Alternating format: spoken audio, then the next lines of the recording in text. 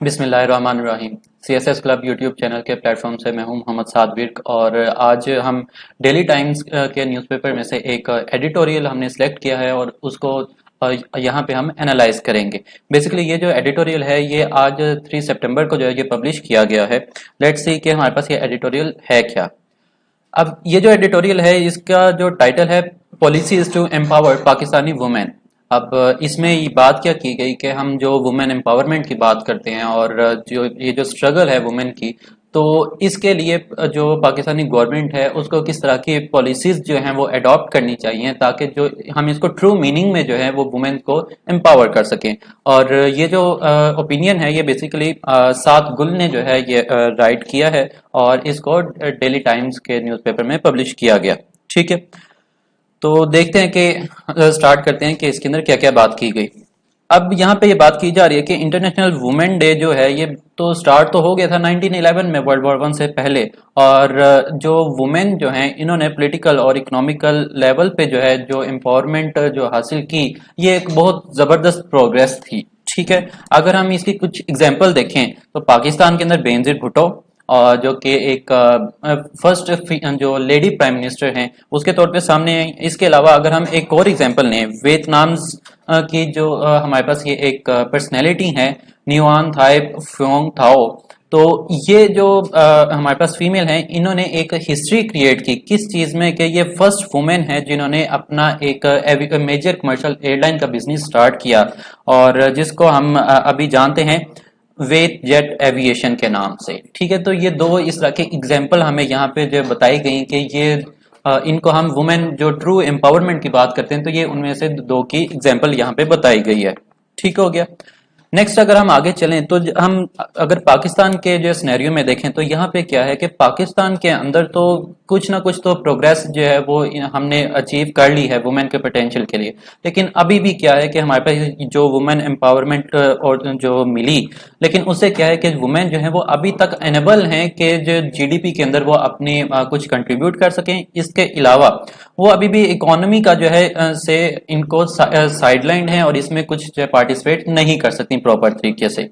Then अगर हम further आगे मूव करें तो जो कुछ हम बात करते हैं कि जो प्रोग्रेस हमने इसके अंदर अचीव की है पाकिस्तान के अंदर वुमेन एम्पावरमेंट के सेक्शन में, तो इसमें भी जिन चीज़ों के ऊपर हमें इनको अचीव कर सके हैं इन अपने टाइमलाइन को, तो वो क्या है इस टाइमलाइन में डिस्क्रिमिनेशन की जब हम बात करते हैं, हम जेंडर बेस्ड वायलेंस की जब बात करते हैं, इसके अलावा जब हम बात करते हैं कि women's unequal access to resources कि वुमेन को इक्वली जो है वो इनको रिसोर्सेज प्रोवाइड नहीं किए जाते। ठीक, इसके अलावा डिसीजन मेकिंग की जब बात की जाती है तो इसमें भी जो है वो कुछ ना कुछ प्रोग्रेस देखने को मिली है, लेकिन ये भी क्या है बहुत पेनफुली स्लो जो है ये प्रोग्रेस चल रही है। ठीक है, अगर हम एक और चीज देखें कि जब हम वुमेन एम्पावरमेंट की बात करते हैं तो इसमें हमें क्या क्या जो है वो हर्डल्स मिलती हैं, देखने को मिलती हैं, चाहे वो हमारे पास कल्चरल लेवल पे हो या हमारे पास कुछ ट्रेडिशनल जो है वो हर्डल्स हो। ठीक है,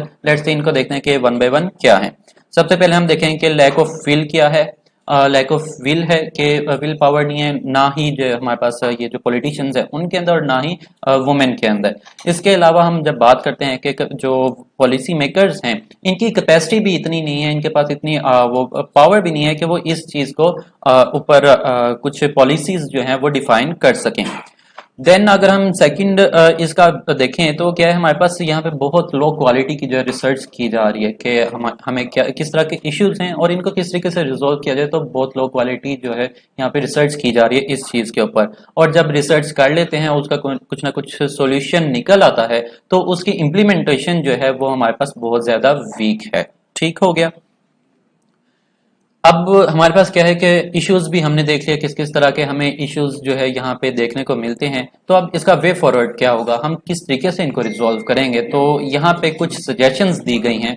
सबसे पहले क्या सजेशन दी गई कि आईएमएफ जो है ये सजेस्ट करता है कि डेवलप्ड जो इकोनॉमीज हैं हमारे पास फर्स्ट वर्ल्ड कंट्रीज उसके अंदर पॉलिसी मेकर्स अगर वो ये सोच लेते हैं कि उन्होंने कुछ इस तरह की पॉलिसीज जो है वो फॉर्मुलेट करनी है कि जो फीमेल लेबर फोर्स जो है इसको इंक्रीज किया जाए। तो ये पॉलिसी से पहले ही क्या होता है कि हमारे पास और ज्यादा वुमेन जो हैं वो इनको ज्वाइन कर लेती हैं मुख्तलिफ इंस्टीट्यूशंस को और कंपनीज को। इससे क्या होता है कि ओवरऑल एक साइड पे पॉलिसीज और हमारे पास यहाँ पे इंट्रोड्यूस कराई जा रही हैं, और इससे पहले और इसके दौरान ही क्या है हमारे पास जो ये वुमेन एम्पावरमेंट जो है ये बहुत ज्यादा इंक्रीज कर जाती है। ठीक है, अगर हम अपनी बात करें तो यहाँ पे क्या है कि हम अपनी स्ट्रेंथ्स को जो है वो इंक्रीज कर सकते हैं, इनको और ज्यादा सपोर्ट कर सकते हैं अगर यहाँ पे एग्रीकल्चरल सेक्टर को जो है वो प्रायोरिटाइज किया जाए और यहाँ से पहला स्टेप लिया जाए वुमेन को एम्पावर करने के लिए। तो ये एक बहुत अच्छा स्टार्टिंग पॉइंट होगा। एक और एग्जांपल यहाँ पे दी गई कि कनाडा के अंदर क्या किया जाता है। वहां पे बेसिकली जब बात होती है वुमेन एम्पावरमेंट की तो यहाँ पे क्या करते हैं, सिग्निफिकेंट इंक्रीज देखने को मिलता है किस चीज में, वुमेन के पेड वर्क में, कि वुमेन जो है वहां पे काम करें उनको पेड वर्क जो है वो बहुत ज्यादा अपॉर्चुनिटीज वहां पे दी जाती हैं। अब इससे क्या होता है कि वहां पे एक और चीज यहाँ पे इन्होंने इम्प्लीमेंट की जहाँ पे ये पेड वर्क ज्यादा इनको यहाँ पे अपॉर्चुनिटीज मिल रही हैं, वहीं पे ये क्या कर रहे हैं दूसरी साइड पे कि ये टैक्सेशन इन्होंने कुछ इस तरह की रखी है कि वुमेन जो है इनकी पार्टिसिपेशन बहुत ज्यादा की, और वो टैक्सेशन क्या है कि ये फैमिलीज की बजाय इंडिविजुअल को जो है वो टैक्स जो है इनके ऊपर इम्पोज कर रहे हैं। अब इसे क्या, जब किसी इंडिविजुअल पे होगा तो जब उसने टैक्स पे करना है कुछ ना कुछ तो उसे अर्न करना पड़ेगा। तो उससे ये है कि जो वुमेन जो है वो ज्यादा से ज्यादा आपके पास जो जॉब सेक्टर है उसके अंदर आपको देखने को मिलेगा इनके पार्टिसिपेशन। अगर हम बात करते हैं कि ठीक है डेवलप कंट्रीज वहां पे तो आपको हर चीज ही अच्छी देखने को मिलेगी, लेकिन जब हम लो इनकम नेशंस जो हैं थर्ड वर्ल्ड कंट्रीज इनकी हम बात करते हैं तो उसके अंदर अगर आपने जेंडर जो गैप है इसको रिड्यूस करना है तो सबसे पहले क्या करें, हम अपनी सेकेंडरी एजुकेशन को जो है वो बेटर करेंगे। तो इससे क्या होगा, सिंपली हमारे पास जो इकोनॉमिक अपॉर्चुनिटीज जो है वुमेन के लिए ये बहुत ज्यादा इंक्रीज कर देंगे और ऑटोमेटिकली हमारे पास ये इसमें इंक्लूड होना शुरू हो जाएंगी। अब पाकिस्तान के लिए एक बहुत अच्छी अपॉर्चुनिटी है क्योंकि पाकिस्तान में मोर देन हाफ जो पॉपुलेशन है हमारी वो क्या है, अंडर द एज ऑफ 30 है। ठीक है, अगर हम अच्छी जो है वो पॉलिसीज जो है इंट्रोड्यूस कराते हैं और हम अपनी इस यंग जो पॉपुलेशन है इसको किसी ना किसी तरीके से इसमें इंक्लूड करने की कोशिश करते हैं तो लाजमी हमें जो है इसका अच्छा वो फल देखने को मिलेगा।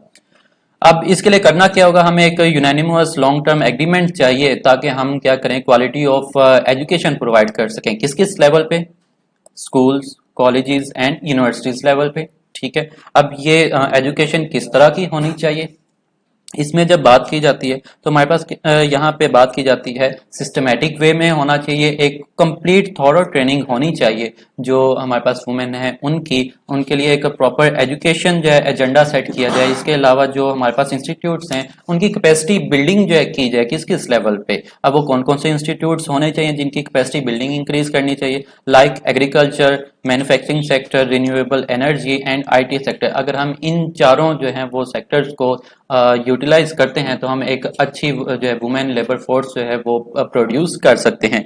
इसके अलावा जहाँ पे इनकी ट्रेनिंग और एजुकेशन की बात की जा रही है, हमें नेशनल लेवल पे जो है इस तरह की कुछ इफेक्टिव फिस्कल पॉलिसीज भी जो है इंट्रोड्यूस करवानी चाहिए ताकि हमारा ओवरऑल जो इंफ्रास्ट्रक्चर है वो इम्प्रूव हो जाए।